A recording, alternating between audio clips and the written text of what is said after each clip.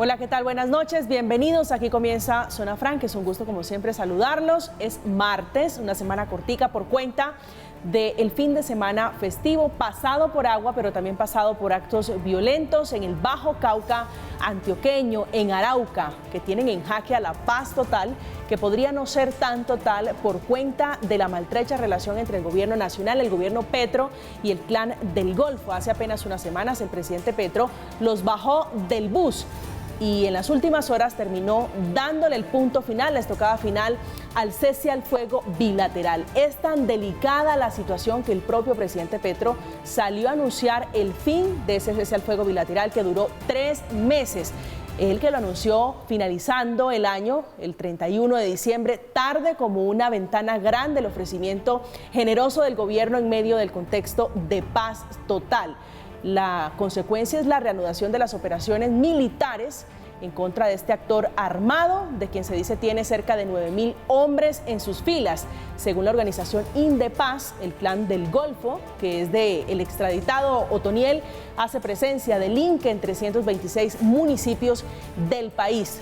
La pregunta alrededor del contexto es si llegó la mano dura, el momento de la mano dura del gobierno del presidente Petro, que ha vendido la promesa de paz total. ¿Cómo deben tratarse estos grupos ilegales y para dónde va el proceso de paz integral? ¿Qué harán los gobernadores? Que es el otro ingrediente a la discusión. Más de 18 gobernadores aproximadamente durante el fin de semana estaban proclamando libertad y orden, acompañando en sus redes sociales con la imagen del escudo de Colombia, pidiéndole al presidente de la República, el presidente Gustavo Petro, que se meta y que no abandone la región desde donde hay una denuncia grave de manos caídas de la fuerza pública. Ese es el tema de conversación a propósito de libertad y orden, si es o no un golpe de Estado o un golpe blando, que es como le están bautizando desde el establecimiento. Bienvenidos, aquí comienza Zona Franca.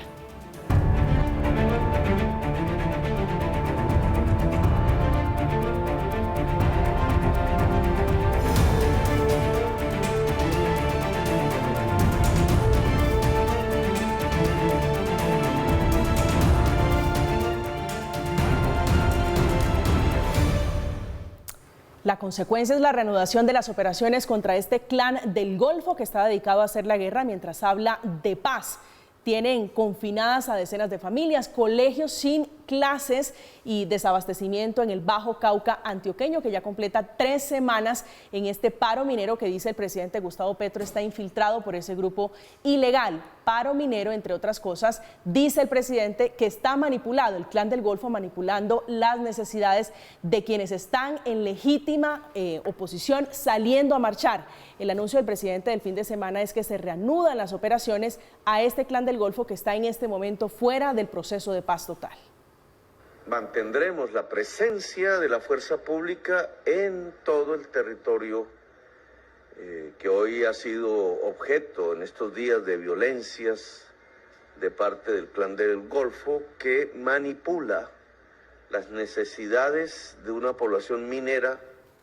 Esta noche, como siempre, todos los puntos de vista de este que es el tema de discusión, el tema de conversación, por la cerrada de puerta al Clan del Golfo, pero también por la anunciada protesta de los gobernadores que están pidiéndole al presidente Petro acciones. Esta noche con nosotros Lucía Bastidas, que es concejal de Bogotá por el partido Alianza Verde. Concejal, buenas noches, un placer tenerle en Zona Franca. María Camila, buenas noches, un gusto estar aquí con tan maravillosos contertulios. Contertulios que están aquí es José Jaime Uzcategui, que es representante de la Cámara por Bogotá del Centro Democrático, que está en tareas de oposición. Representante, buenas noches, un placer. Muchas gracias por la invitación y a mis compañeros de mesa un saludo especial. Gracias. El otro compañero es el doctor León Valencia, director de la Fundación Paz y Reconciliación. Doctor Valencia, buenas noches y bienvenido. Buenas noches, María Camila, un saludo muy especial para Lucía y para Uzcategui. Gracias. ¿Qué entiende usted, doctor León, por mantener la presencia de la fuerza pública, que es la respuesta del presidente del Clan del Golfo el fin de semana? Es que yo creo que el presidente Petro cometió un error de haber decretado un cese bilateral sin haberlo acordado con esas organizaciones, porque no había mesa de negociación con ellas, no había un marco jurídico, apenas estamos tramitando ese marco jurídico que es la ley de sometimiento a la justicia, y no había quien supervisara ese bilateral de hostilidades, quien lo monitoreara, quién lo mediara en caso de que hubiese alguna violación a ese cese. Fue una medida de buena voluntad del presidente Petro que no fue bien respondida ni por el ELN en principio, ni por estas organizaciones del crimen organizado. Y bueno, la experiencia es larga, la experiencia lo que dice es que estas organizaciones pueden llegar a un proceso de sometimiento y negociación, digo, estas organizaciones criminales, solo si se les asfixia, si se les ataca, si se les golpea, si se pone en cuestión sus finanzas, sus nexos políticos, sus nexos empresariales, si se pone en cuestión su control territorial, y esto es clave para que ellos avancen hacia una negociación, de manera que la paz total está en este momento en una situación difícil. Esperemos que una presión sobre esos actores permita al presidente Petro retomar la idea de la paz total. Estamos apenas empezando en el tema, llevamos 7 meses de gobierno de Petro y las cosas no están saliendo bien mediante la estrategia del gobierno. Yo creo que esos actos de buena voluntad en el caso colombiano son normalmente muy mal respondidos. Hay una historia vieja, larguísima, incluso con el presidente Belisario Betancourt, años 84-85 del siglo pasado, él decretó una amnistía y un indulto incondicional para las guerrillas, que no fue respondido tampoco por las guerrillas, que siempre aspiran a un acuerdo bilateral y siempre hay que someterlas a un proceso de negociación complicado. Y eso es lo que ha ocurrido. Hemos visto, doctor Valencia, el talante del presidente Petro en circunstancias, aunque parecidas, distintas, que fue lo que ocurrió en los pozos petroleros, donde se denunció que había infiltración de la disidencia de las FARC, había FARC detrás de la comunidad. Ese mantener la presencia, ¿en qué se puede traducir? ¿En mano dura? ¿En que va a haber una respuesta contundente al Clan del Golfo?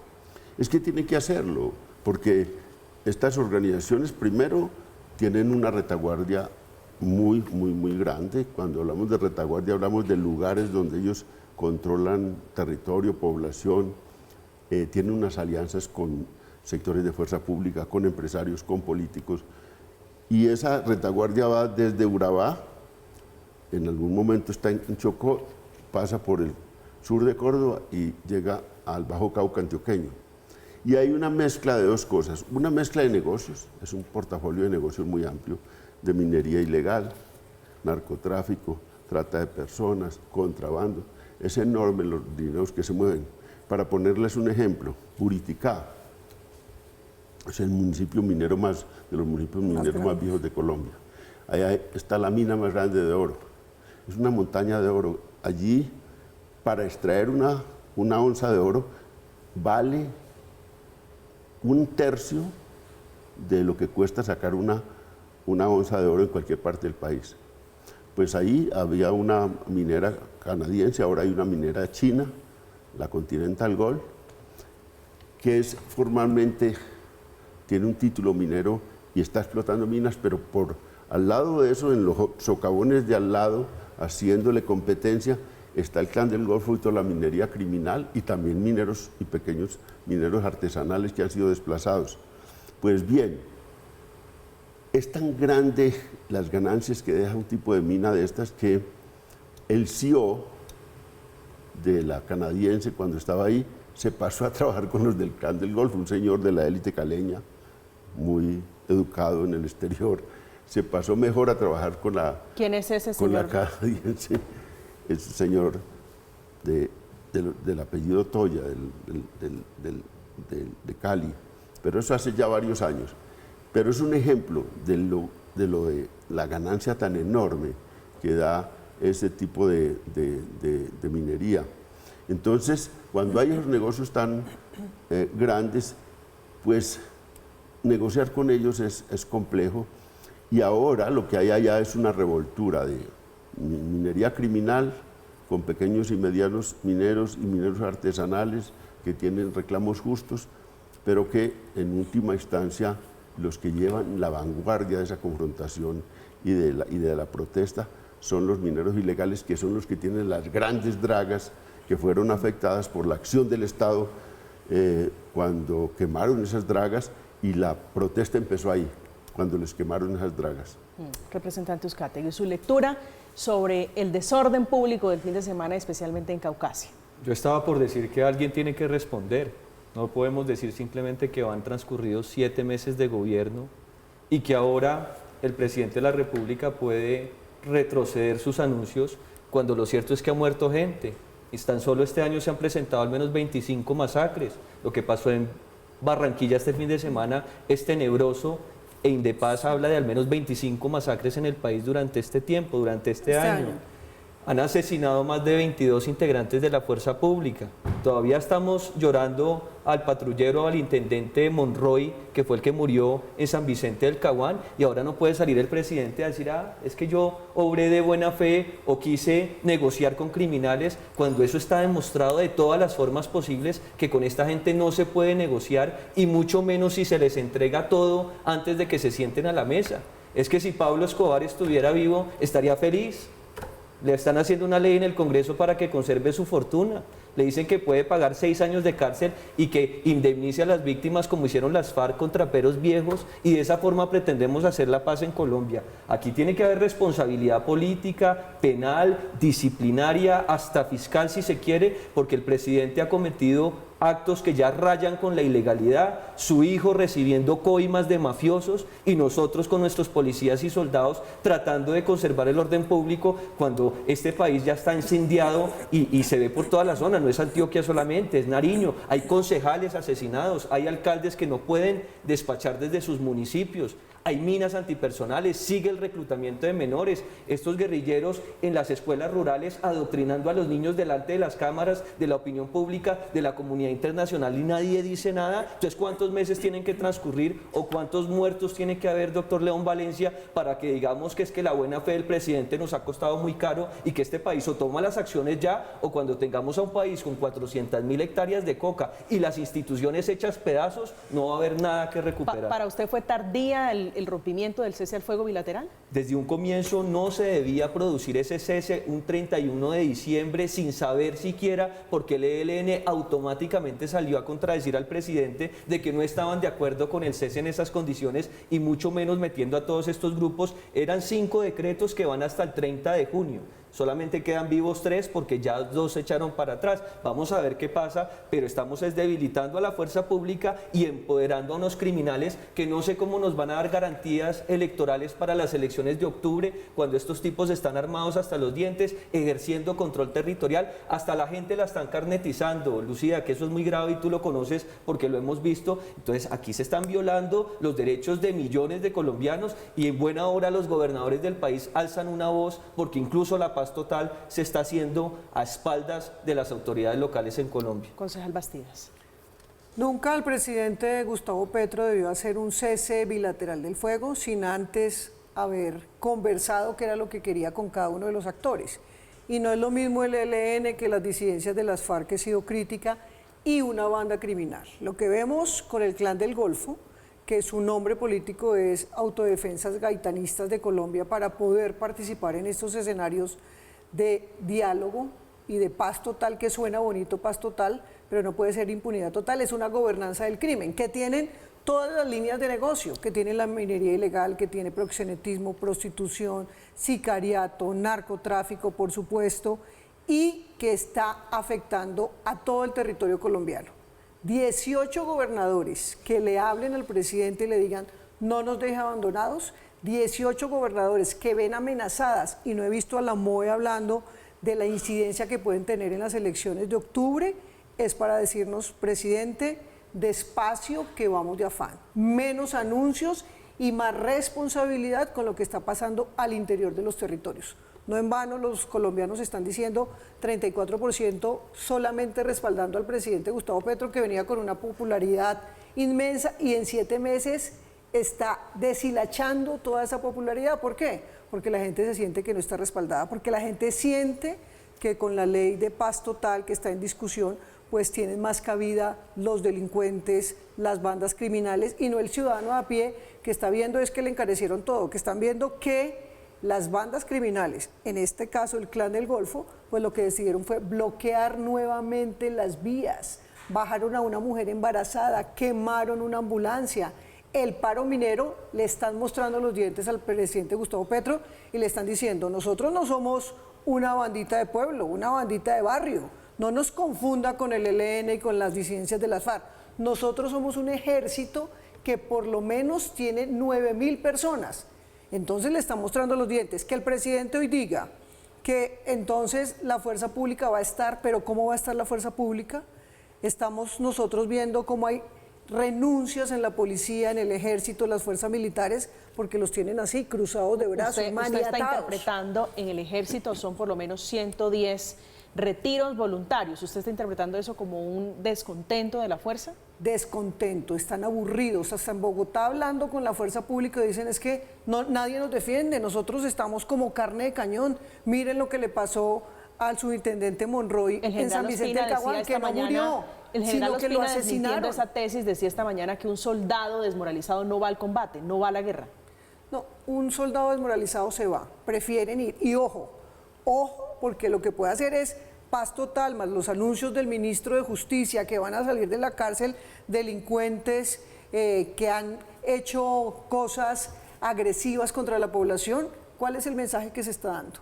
¿Cuál es el mensaje institucional? Defiendo a los delincuentes, estoy con los delincuentes y los colombianos, el resto ustedes verán cómo se defienden. Eso en cualquier escenario, y lo sabe León, estaría llevando a que la gente se arme para defenderse. Eso es lo peligroso del anuncio de paz total. El consejo para el presidente Gustavo Petro debería ser sensatez. Mire lo que está pasando, escuche a los gobernadores. O lo que tuvimos con los paramilitares en la época del 94-98, lo vamos a repetir ahora en las elecciones de octubre, porque usted con un fusil no tiene libertad ni democracia para votar. Usted con un fusil en la cabeza, con las listas que están haciendo, lo van a obligar a votar por quien ellos quieran.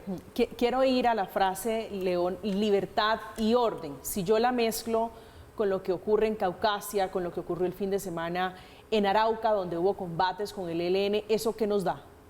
Pues es que yo lo que creo es que estamos me parece legítimo todas esas campañas que hacen la oposición. Esto se ha elevado al nivel a la categoría de golpe de Estado por el oficialismo. ¿Es un golpe de Estado al presidente Petro? Todo esto es pues una exageración de todo lo que hay. 25 masacres es porque una exageración. todos estos temas, ustedes que gobernaron la pasada administración, le voy a contar una cosa, en cifras, porque yo no soy ni oposición ni gobierno, yo soy de una fundación. Pero miremos hacia adelante, León, porque es que ya todo el mundo sabe lo que pasó hacia atrás. Si a usted le entregan, es que esos 7 meses que entregaron un país que en el gobierno de Duque creció 15% la exportación de cocaína a Estados Unidos. En el gobierno de Duque se duplicó. Y eso que se estaba erradicando, imagínese usted. Se duplicó el ELN, y se duplicó el Clan del Golfo. Estas fuerzas criminales en el gobierno de Duque fueron creciendo exponencialmente y se manifiestan ahora. Ustedes vieron. Otoniel está extraditado, comandante precisamente. Ustedes vieron, pero vieron el paro después de la entrega de Otoniel. Entonces era mejor no extraditarlo para que siguieran masacrando como lo venían haciendo. No, yo a esos bandidos nunca los defiendo, ni defiendo tampoco a rajatabla las decisiones que ha tomado Petro. Pero quiero recordar todos los indicadores de violencia, aún hoy, que hay unos hechos muy graves que están ocurriendo en todo el país, aún hoy son muy inferiores al gran incendio que había en 2012. O sea, pasar de 15 secuestrados en enero del 22 a 34 secuestros en el 23, sí, es una pero hubo años de 3.000 secuestros. No durante la política de seguridad democrática del presidente Díaz. Hombre, por Dios. Se redujo en un 50% los se redujo y aquí se están aumentando un 50%. Pero ¿sabe con cuántos secuestros terminamos? De cifras solo en el momento que terminó el presidente Uribe, 600 secuestros. lo redujo el proceso de paz de Santos a 100 secuestros. ¿Y ahora cuál es la política antisecuestro de este gobierno? Porque es que es muy fácil volver a echarle la culpa a Uribe. pero en estos días... pero hay que hacer historia. Hay que hacer historia para ver cómo va para esto. justificar el desastre. Para justificar nada. Yo no justifico nada. Lo está justificando, No justifico nunca nada, porque es que yo no estoy... Entonces contestemos la pregunta, ¿qué vamos a hacer en el 2020? León, el reclamo de los gobernadores, veíamos en pantalla el mapa y es casi todos los gobernadores, claro que son casi los gobernadores. Es un reclamo legítimo, se puede entender como un golpe, golpe de Estado, así lo están bautizando senadores afines al pacto histórico, incluso gente cercana al presidente Gustavo Petro. Todo eso es el dramatismo de la oposición. No, pero no es dramatismo. Sí, todo es el calificativo. Es un reclamo justo. Y es que esos gobernadores todos son de oposición. Pero la doble moral de todo esto es muy libertad y orden. Los señores que dirigieron el gobierno de Duque, que no hizo ni la paz ni la guerra, un gobierno maniatado, un gobierno que fue capaz, eso sí, porque era muy valiente para pegarle a la gente que protestaba pacíficamente, porque era muy valiente para producir 87 muertos y 1.200 heridos en el estallido social. Para eso sí era valiente, pero para golpear al ELN o para golpear a todas estas fuerzas nunca lo fue. Y para contener la exportación de cocaína.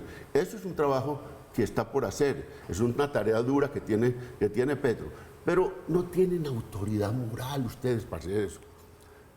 Tengo autoridad moral yo porque critico el gobierno a que ambos extraditó a gobiernos. Otoniel no tiene autoridad moral. Yo no tengo ninguna yo solidaridad más allá con el de esta discusión que me parece que no nos conduce absolutamente a nada. Es un golpe de Estado. Lo que quiero saber es un llamado de atención. Los gobernadores que son cabeza en sus departamentos tienen el derecho y la obligación, porque ellos son los responsables del orden público en su jurisdicción, de hacer ese llamado de atención. Y todos nos sumamos a ese llamado de atención porque la voz de los gobernadores nos representa.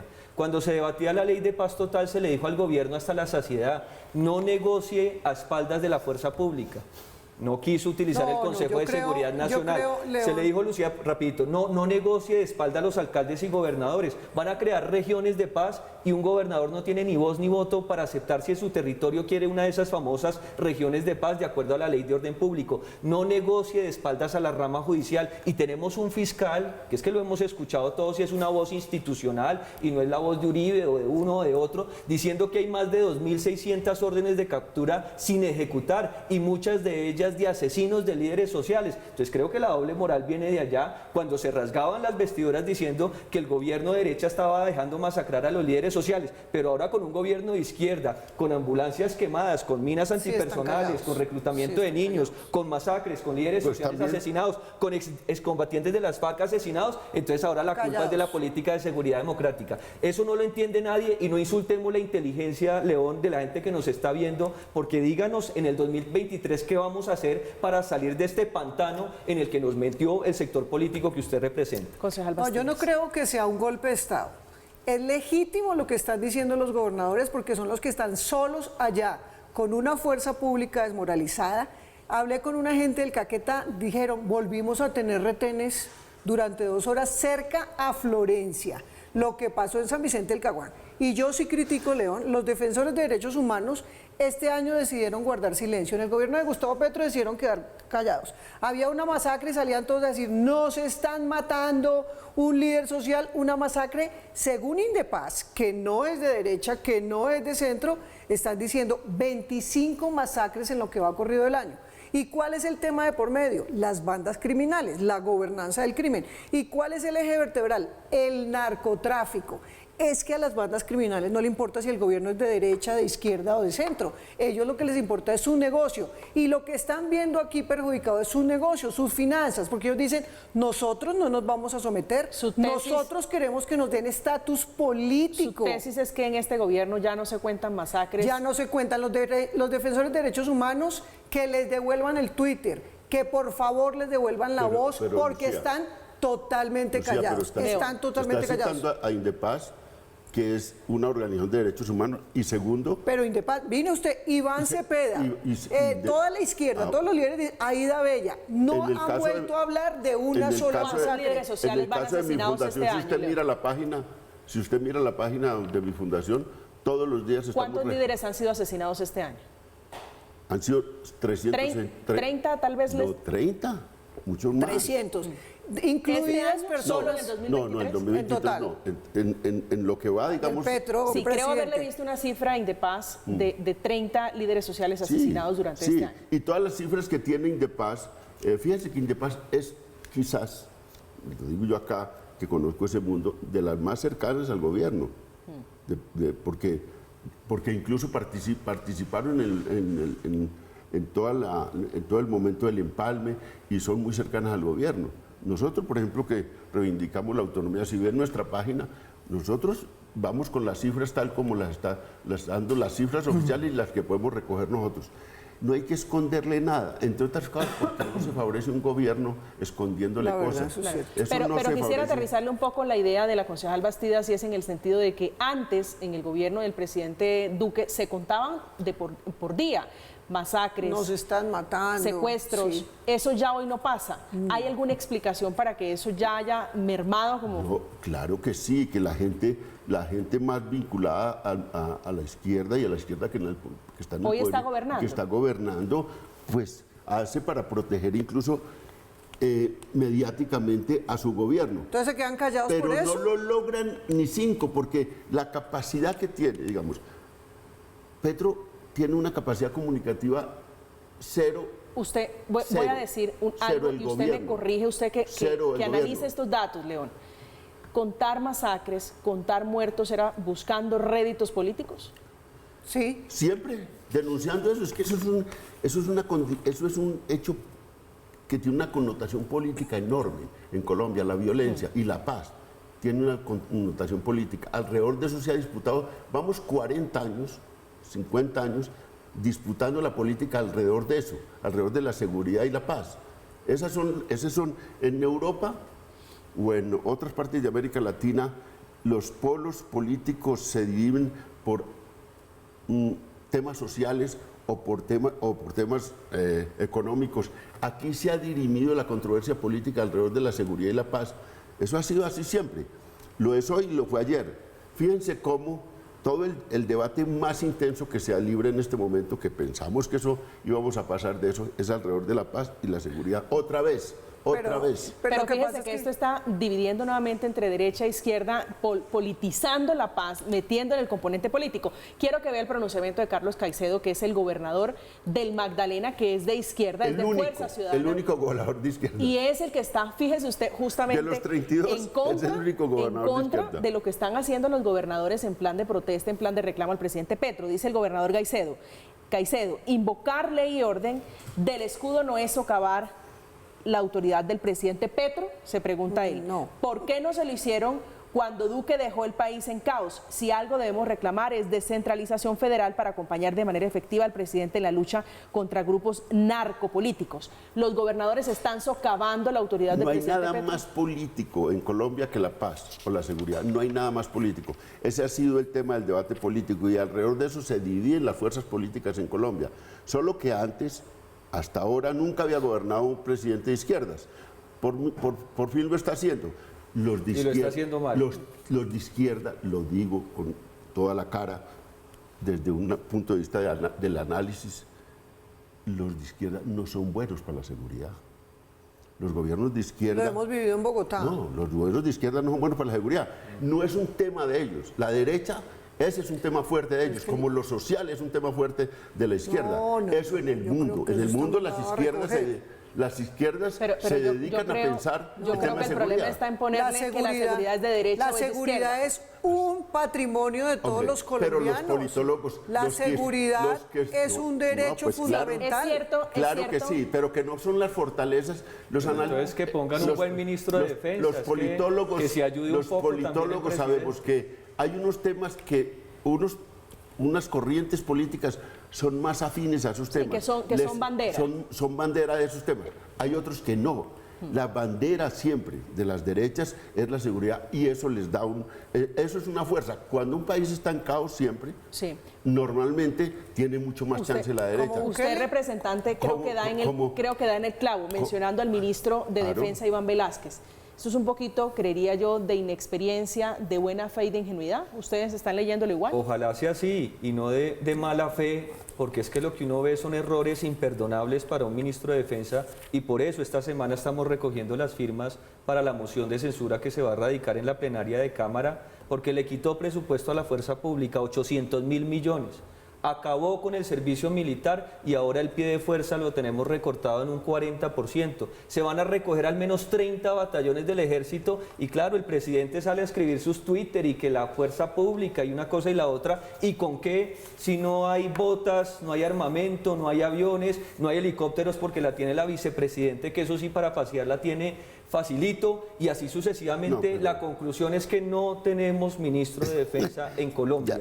No tenemos una persona que se ponga la camiseta de nuestra fuerza pública y defienda los intereses de una institución que termina siendo la columna vertebral del Estado de Derecho en Colombia. Y el mensaje de fondo es que aquí hay unos criminales que sí son amigos del gobierno porque al ELN, que no tiene decreto al cese al fuego, pero siguen negociando a pesar de los crímenes que comete, siguen negociando con ellos. Las disidencias de las FARC pueden cometer delitos y se les sigue lesionando, pero el Clan del Golfo de pronto con quien no hay afinidad ideológica, entonces ahí sí son criminales enemigos de este gobierno criminal y con ellos sí hay que levantar el cese al fuego. Lo que le pedimos al presidente es que levante todos esos ceses al fuego y que haga las cosas bien por primera vez en su vida para garantizar el Estado de Derecho en Colombia, porque él es el presidente de la República, de todos nosotros, incluidos esos uniformados que están muriendo o que no pueden actuar por las limitaciones que le pone el mismo gobierno. Que está en la misma orilla del muy influyente senador Roy Barreras, que no es precisamente de oposición, es del pacto histórico. Sí, pero es un camaleón que se acomoda de acuerdo a las circunstancias y de pronto pensando en su presidencia en el 26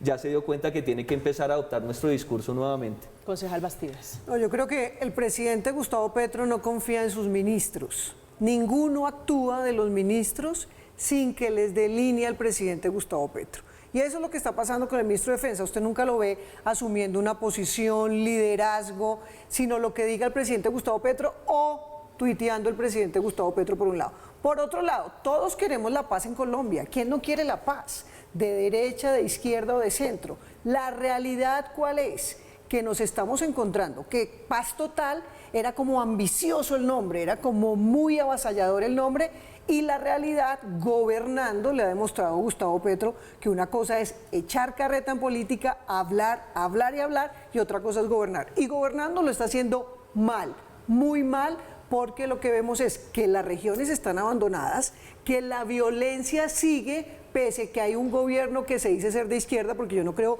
que Roy, que Liscano, que otros que van en el gobierno sean de izquierda, y les está quedando grande, porque la gente se siente abandonada, porque volvimos a ver lo que criticaron tanto con el estallido social, vandalismo, y la izquierda, los líderes de izquierda se quedaron callados. Aquí necesitamos menos show y por supuesto que se sienten a mirar qué es lo que van a negociar, cómo, sin que haya impunidad. Y ojo, porque no hemos hablado, María Camila, del tema del pacto de la picota, del cartel de la paz, del hermano del presidente Gustavo Petro, de los 200 a 600 millones de pesos que estaban ofreciendo para que fueran gestores de paz, para que estuvieran en las listas, porque esa es una arista que tenemos que ponerle a este análisis de lo que puede ser el fracaso de la paz total. 7 meses, pero 7 meses que hubieran servido para hacer las bases en silencio, organizando, y no estar un gobierno de anuncios, de anuncios, de anuncios y echando para atrás. No. Que yo saludo que el presidente Gustavo Petro haya echado para atrás este cese al fuego bilateral con las bandas criminales del Clan del Golfo. Pero hoy está herida, León, la paz total. ¿Qué tan grave es esa herida?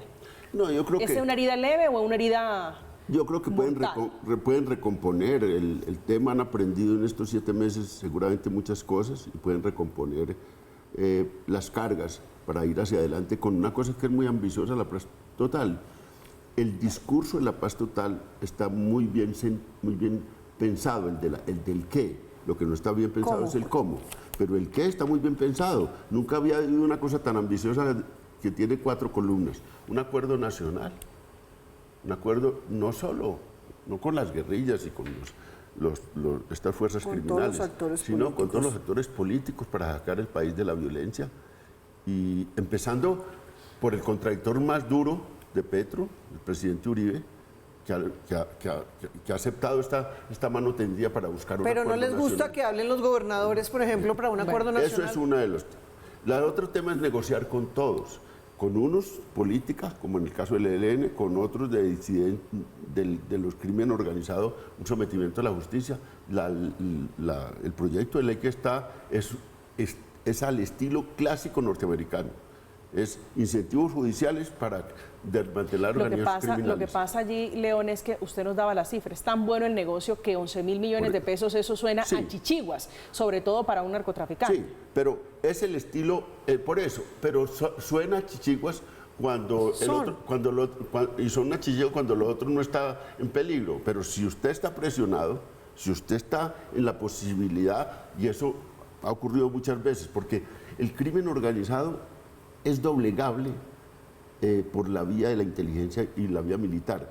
Mire, Pablo Escobar, los Orejuela, una de las conversaciones con Gilberto Rodríguez Orejuela, o una sola que tuve en mi vida en Cali en el año 94, la expresión del, mire León, el día en que el Estado decida perseguirnos, nos acaba o nos obliga a negociar, porque nosotros tenemos una pata en la institucionalidad y otra pata afuera.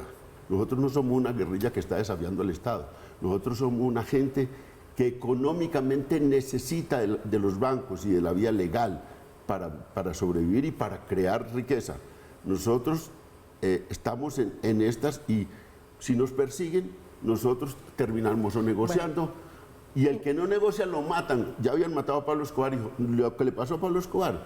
Entonces, si el Estado decide ir detrás de esas fuerzas, seguro o las obliga a negociar o las destruye. Bueno, la prueba de eso, usted hablando de los Rodríguez Orejuela, es que se van unos y resurgen otros a propósito de la ley de paz, de la ley de sometimiento, que está haciendo curso en el Congreso de la República. Celebra el presidente del Senado, el senador Roy Barreras, que el presidente Petro haya roto el cese a fuego bilateral y en medio de la difícil situación, uno de los gobernadores que estuvo en el grupo grueso de mandatarios departamentales que le pidieron orden, libertad y orden al presidente Petro y cumplimiento de la Constitución, es el del Meta Juan Guillermo Zuluaga, que le está pidiendo al presidente Petro, como Roy Barreras, que extienda ese rompimiento a la disidencia de las FARC, que como no, está dedicada a hacer desastres en la parte del Meta, en el Guaviare y en toda la zona donde tiene influencia. Estamos en Zona Franca, hacemos una pausa, ya regresamos.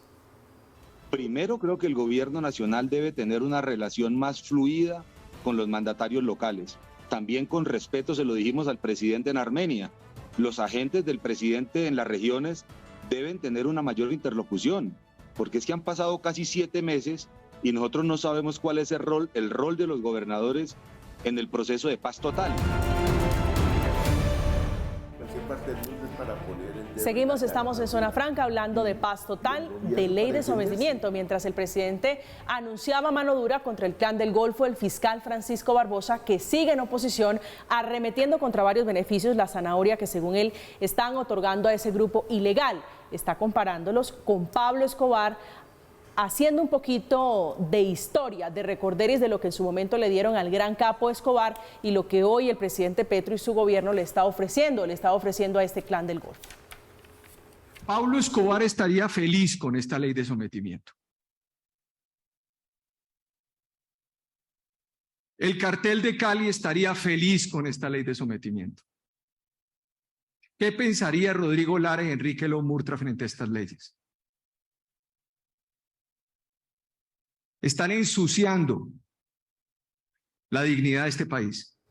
Representante Uzcategui, ¿se debe o usted quisiera que se retirara la ley de sometimiento? Me imagino. Hemos pedido formalmente que se retire, al menos que le quiten el mensaje de urgencia, porque aquí quieren esto es a pupitrazo limpio y aplanando o imponiendo unas mayorías que todavía el gobierno cree tener, aunque veo mucha voz disidente dentro de todos los partidos, porque es que la situación se está saliendo de absoluto control. Y en todas las leyes, todas las normas del gobierno, vemos un narcomico para beneficiar a los narcos. En la ley de humanización penitenciaria, donde se hablaba no solamente de los pequeños cultivadores, sino meten toda la cadena del narcotráfico para beneficiar a narcos por doquier. Y en la ley de sometimiento, que es la más clara de todas, que mire todo lo que ha transcurrido desde la ley de paz total y no han logrado llevar un texto sólido jurídicamente para que haya un verdadero proceso de desmovilización. Entonces hemos pedido que se debate pero que no nos sigan imponiendo la paz del embudo, que es que la boca ancha para los criminales y la boca más pequeña para las víctimas y la sociedad colombiana. Los narcos en los 90 ofrecían pagar la deuda externa de Colombia, y los narcos modernos, muchos de camuflado y con membretes de diferentes organizaciones criminales, entregan traperos viejos para indemnizar a las víctimas. Entonces, si no hay un capítulo de reparación real de víctimas, de entrega de rutas del narcotráfico, del cese de las acciones ilegales y sobre todo aquellas que afectan a la población civil, porque insisto, hay personas que en este momento en el Cauca están siendo carnetizadas y no pueden moverse libremente porque son estructuras que ejercen control territorial. ¿Cómo así? La Junta de Acción Comunal respectiva, por incidencia o influencia de ese grupo criminal, le exige tener un carnet firmado por ellos, y si la persona no porta ese carnet no puede moverse libremente ni entrar y salir del municipio. Eso es un secuestro colectivo que no veíamos desde hace muchos años atrás en Colombia, y todo eso lo estamos volviendo a ver en el país. Y sí me preocupa el proceso electoral que ya se ha comentado acá. ¿Cuáles van a ser las elecciones de octubre cuando yo llego allá con un volante y estos tipos con los dineros del narcotráfico y armados hasta los dientes? ¿Qué garantías vamos a tener, sobre todo los sectores de oposición, que no les estamos haciendo el mandado ni en la academia, ni en el Congreso, ni en las altas esferas del poder para darles impunidad total? Nosotros tenemos garantías. ¿Y qué dice el gobierno de los Estados Unidos? Ahora se está construyendo el informe para certificar o desertificar a Colombia en el mes de septiembre, y eso nos va a generar otro dolor de cabeza ya de los tantos que tenemos acumulados por culpa del gobierno Petro. Salgamos de este golpe, que yo creo que ese golpe puede ser grande, el de Estados Unidos. León, quiero preguntarle sobre si es coincidencia, está la Procuraduría, está el fiscal general en plan de cazar micos, de pescar micos. ¿Es coincidencia que dos de los más altos funcionarios estén diciéndole al gobierno, ojo, que esto no va por buen camino? Pues yo creo que ambos funcionarios están jugando un papel más de oposición política que de criterio judicial puro. Y bueno, yo veo eso así. Mire, la ley de sometimiento a la justicia presentada ahora es una ley que puede tener mucho debate, ser criticada, pero es una ley clásica de incentivos judiciales para unas fuerzas criminales, y no les da ningún carácter político, no les da ningún carácter para una negociación de tipo político o en el que tengan beneficios de ese carácter, sino beneficios judiciales. Sí se entregan y sí confiesan el núcleo de la verdad. Aquí la organización criminal más grande que ha existido en Colombia de ese mundo fue las Autodefensas Unidas de Colombia. Iban a tener 34.000 efectivos, controlaban... ¿Más grande que las FARC? Mucho más grande que las FARC. Esta organización, y mire, el presidente Uribe presentó una ley que les decía, se inventó una figura política, que era la sedición. Son sediciosos. Entonces les damos un carácter político y los eximimos de la extradición y no tienen que pagar cárcel intramuros. Ese fue el proyecto de ley. Y ese proyecto de ley salió con apoyo mayoritario en el Congreso. Esos señores visitaron el Congreso de la República y hicieron grandes debates en ese tiempo, en el tiempo de la seguridad democrática y del presidente Uribe. La Corte Constitucional salvó la situación, porque le quitó ese carácter de sediciosos, les quitó los obligó a decir la verdad para obtener los beneficios, les quitó la idea de beneficios por fuera, digamos, de pagar cárcel. Ese sí fue un gran propósito. ¿Son comparables los dos escenarios? Sí, los dos escenarios, estamos hablando de las mismas organizaciones criminales. Sí. Y esto, ojalá pueden endurecerla más. Pero lo único cierto es, sometimiento a la justicia no hay ninguna figura política para darles. Hay unas penas que tienen que pagar en cárcel. Pueden aumentarlas si quieren. Bueno, y la extradición que está allí en un manto gris, en una zona gris. Puede ser más dura las cosas. Lo mismo ocurre en Estados Unidos, que es unos incentivos hacia esas organizaciones criminales para poder destruirlas, les ofrecen parte, todos los que negocian con la justicia de Estados Unidos quedan con parte de su fortuna. pueden incluso decir, aminorar eso, lo que sea, sacarlo, pero las lógicas que están en esa ley de sometimiento a la justicia son unas lógicas que se utilizan en el mundo para someter a esas fuerzas criminales. No se les da ningún incentivo político como se les dio en las anteriores oportunidades, en cosas muy duras. Después, eso lo pagamos también los colombianos. Yo quiero que en esta oportunidad, ¿y qué critico yo de esto? Antes de hablar de cese bilateral, antes de hablar de todas estas cosas, y en eso tiene razón Lucía, antes de hacer eso debemos construir el marco jurídico entre todos. Antes de eso debemos sentarnos, obligarlos a sentar a negociar si queríamos avanzar en ese camino. No debimos hacer antes todas estas cosas al revés de ese bilateral. De ingenuidad, concejal Bastidas. Lo primero, el tema de la minería, que es parte esencial, y yo repito mucho lo de la gobernanza del crimen, es que aquí a ellos les interesan son sus negocios y la plata. ¿Necesitamos una ley de sometimiento en Colombia? Sí, y por supuesto que sí, como lo han presentado todos los gobiernos. Lo que pasa es que despacito que voy de afán. Aquí necesitamos construirla, aquí necesitamos que no haya impunidad. Aquí necesitamos los frenos constitucionales, María Camila. Lo que está haciendo el fiscal general de la Nación, lo que está haciendo la Procuradora, lo que hizo en su momento el Consejo de Estado, lo que hace la Corte Constitucional, lo que hacen ustedes los medios de comunicación es fundamental, porque Petro, si nos descuidamos, tiene un talante dictatorial inmenso. Entonces, que funcionen los frenos constitucionales a mí me encanta, me gusta y ojalá lo sigan haciendo. Lo que pasa es que la izquierda, lo que hacía de estar criticando, de proponer, de decir no nos gusta esta ley, ahora no les gusta que lo hagan. Por eso es tan importante los frenos constitucionales y que construyamos el escenario. Pero ya les dijo el señor Giraldo, que es el abogado que va a representar al Clan del Golfo, les dijo, a mí ese articulado no me gusta y nosotros queremos estatus político. Entonces la discusión va a ser ahí. Y algo que ha dicho el doctor Uzcategui y que he dicho yo, ojo con las elecciones de octubre. Aquí vamos a repetir la época en que las FARC por un lado y las autodefensas por el otro lado le ponían el fusil a la gente para que voten por sus candidatos. Y ellos en sus candidaturas están apoyando en las regiones es a los que representan Pacto Histórico y sus aliados.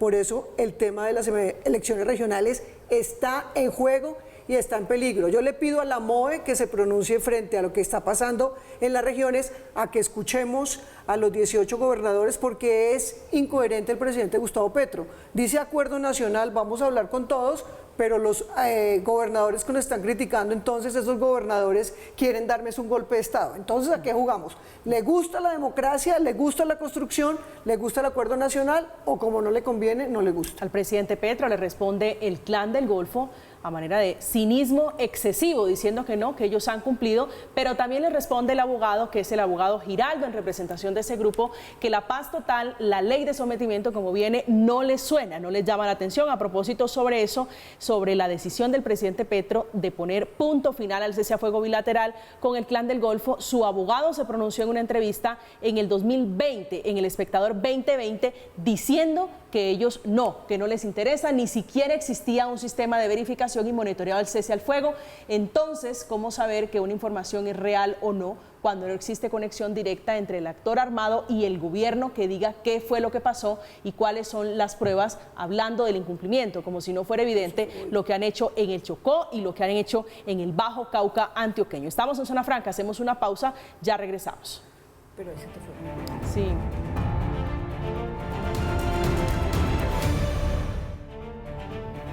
Estamos de regreso en Zona Franca hablando de paz total. El otro elemento es Mancuso, desde prisión pidiéndole al presidente Petro estatus político, bajo la lógica de que si hay disidencia de las FARC, también hay disidencias de los paramilitares. León, su reflexión final sobre esta discusión de hoy.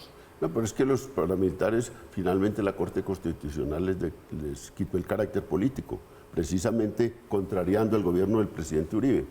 Entonces ellos nunca tuvieron, al final no tuvieron estatus político en y ese ahora proceso. lo tendrían con un gobierno de izquierda. No lo deben tener, no lo deben tener. Y el único camino que yo le veo a las disidencias, incluso de las FARC, es o regresan al acuerdo con todas las situaciones que ya han pasado, ya no tendrán representación política ni nada, regresan al acuerdo o se quedan por fuera. Porque armar una negociación de largo aliento con esas fuerzas Yo no veo al gobierno haciendo eso, es un enredo enorme. Entonces, las cosas en ese camino es negociación política con el ELN, volver al acuerdo firmado en La Habana y con las disidencias y sometimiento a la justicia de manera clara, sin nada por debajo. Hay que organizar esa negociación y hay que poner al frente personas que conozcan ese mundo criminal. Hay que poner a personas tipo, no digo él, pero digo tipo Óscar Naranjo. Concejal Bastidas. Colombia va mal, la gente en las regiones la está pasando mal. De pronto mayorías silenciosas que están siendo afectadas por las bandas criminales representadas en las disidencias de las FARC, en el ELN, en el Clan del Golfo. Entonces, presidente Gustavo Petro, menos show, organice lo que tenga que organizar para que salga bien, pare los ceses bilaterales y ponga un equipo negociador que de verdad funcione. Aquí lo que menos necesitamos es el mensaje de impunidad total, que es lo que están viendo con la reforma a la justicia, con la ley de sometimiento, con lo que está haciendo el Clan del Golfo en las diferentes regiones. Entonces necesitamos recomponer el camino y darle garantías a los colombianos, que son los que están en el territorio como carne de cañón de estas bandas criminales. Representante Uzcategui. La voz del fiscal es muy importante, pero solamente nos queda fiscal por 10 meses. ¿Qué va a pasar cuando tengamos un fiscal de bolsillo del presidente Petro y nos conviertan esto en un verdadero problema para toda la institucionalidad colombiana? Pedirle al presidente de la República que ponga un ministro que verdaderamente sienta la institución militar y policial a ver si logra recomponer en algo el orden público y que trabaje de la mano de los gobernadores y alcaldes que son tan importantes como él. Es que él se siente un monarca encumbrado en el palacio y debería estar trabajando en los territorios a quienes les duele el territorio y quienes trabajan todos los días por las comunidades. El fiscal no confía en el alto comisionado para la paz, Danilo Rueda. ¿Usted tiene la misma sensación?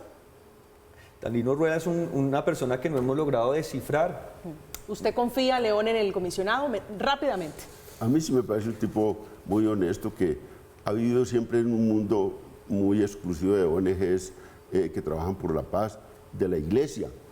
Y yo creo que Petro le dio ese encargo principalmente. ¿Cuál de los dos Petros? Gustavo Petro le dio ese encargo. El hermano dijo que lo nombró. Y Nicolás que también. Bueno, allí hay una sombra, grande y no confía el fiscal. No, le dio ese encargo precisamente por ser una persona vinculada a la Iglesia Católica y darle un papel a la Iglesia Católica. Bueno, la pregunta que se hace mucho, yo creo que es válida, ¿cuál de los dos Petros lo nombró? Si Juan Fernando Petro o el presidente Petro. O Nicolás Petro. O Nicolás Petro también. Los Petro mandando. Llegamos al final de Zona Franca, hoy hablando de la paz total. Los dejamos con la programación habitual de Red Más. A continuación, la tele letal, hoy invitado especial Mario Duarte. Que tengan una feliz noche. Hoy con nosotros en Zona Franca, Lucía Bastidas, José Jaime Uzcategui, que es representante a la Cámara del Centro Democrático, y León Valencia, que es el director de la Fundación Paz y Reconciliación, analizando el desorden público por cuenta del Clan del Golfo, el ELN y, por supuesto, los señores de la disidencia de las FARC. Que tengan una feliz noche, que descansen.